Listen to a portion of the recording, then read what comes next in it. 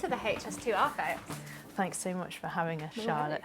Charlotte's invited us to this store, the location of which is a closely guarded secret. All I can say is it's in Yorkshire. Wow, look at this. So Charlotte, what wonders are stored within this store? So I wanted to very quickly show you one of my favourite items. This is something that has been seen in the media previously, but... Wow, look at that. Now, if I remember, she's Roman, right? Absolutely. Wonders to us, everyday items to our ancestors. A Saxon comb, a hand axe used more than 40,000 years ago, a medieval sewer's needle case, and a smoker's clay pipe. Even gladiators left their mark. So this takes us into the Roman period. This is a small piece of carved bone. The full inscription, we understand, would be a phrase associated with gladiators. Gladiators, so this would have belonged to a gladiator? Potentially belonged to a gladiator, a former gladiator perhaps. It was discovered in Northamptonshire. It just gives us that glimpse of a connection to that sort of event happening. There are around 450,000 items in this one warehouse, in boxes waiting to be cleaned and fully researched. But where to store them and who owns them is still often undecided. Some discoveries were rare, such as unearthing a Roman wishing well.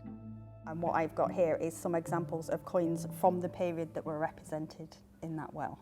The easiest way for us to understand it, it was a well on a natural spring and coins had been deposited, and that's what people do now. Go to the Trevi fountain, you throw a coin in the Trevi fountain. You normally get tight date ranges of coin hoards that have been deposited in a single event. So to have this chronology through the coins of people visiting the same place in the landscape is really special. The high-speed railway line had to be assessed for its archaeology before construction, with each dig bringing new finds.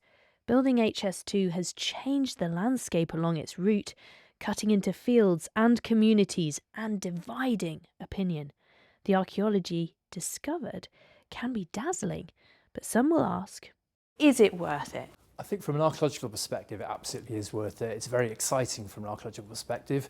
The length of the scheme, 140 miles, we can use all the archaeological data we have to compare, change across time, across large areas and between different regions.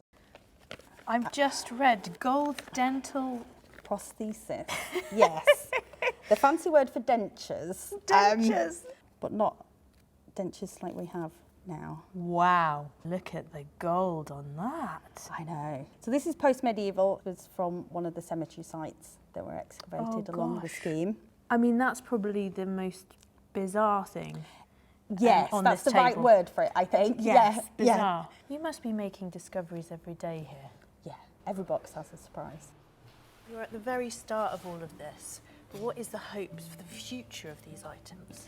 So I would love to see the majority of these items being able to be deposited with the local museums. An ark holding the tales of our ancestors, spanning thousands of years of history, their secrets just waiting to be uncovered and told. Harriet Bradshaw, BBC News.